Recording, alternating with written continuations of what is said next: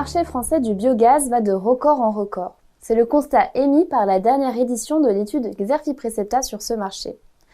Le segment du biométhane injecté s'envole avec un quasi-triplement des capacités de production en 2 ans. Surtout, les projets en attente avec contrat signé représentent désormais 13 TWh, soit presque l'objectif bas de l'État pour 2028. Avec un tel réservoir de projets, le coup de rabot sur les tarifs d'achat des nouveaux projets ne remettra pas en cause la forte hausse du nombre d'installations dans les prochaines années. L'impact de la réforme des tarifs d'achat du biométhane fait justement l'objet d'un focus dans l'étude.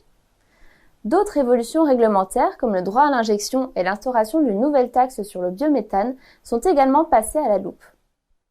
Reste à savoir comment la croissance de la filière se concrétisera et qui en profitera, car la concurrence s'intensifie. Les spécialistes du domaine comme Evergaz et Cléon montent en puissance sous l'impulsion de fonds d'investissement qui font une véritable percée dans la filière. Le rapport de Xerfi Precepta propose à ce titre une étude de cas sur la création de fonds spécialisés. Les énergéticiens sont eux aussi à l'offensive, à l'image de Total qui vient de mettre la main sur Fonroche Biogaz ou encore d'Engie qui s'avance dans la pyrogazéification.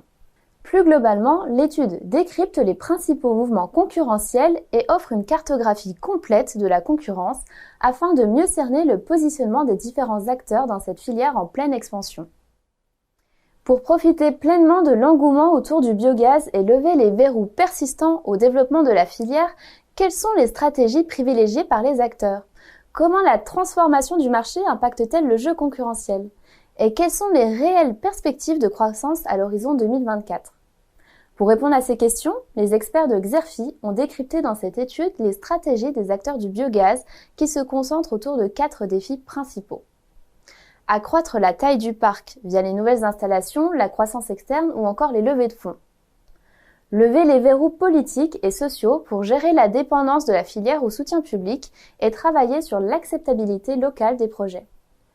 Lever les verrous techniques en optimisant les procédés et en développant les filières de demain, à l'instar du projet de micro-méthanisation standardisé M-Cube.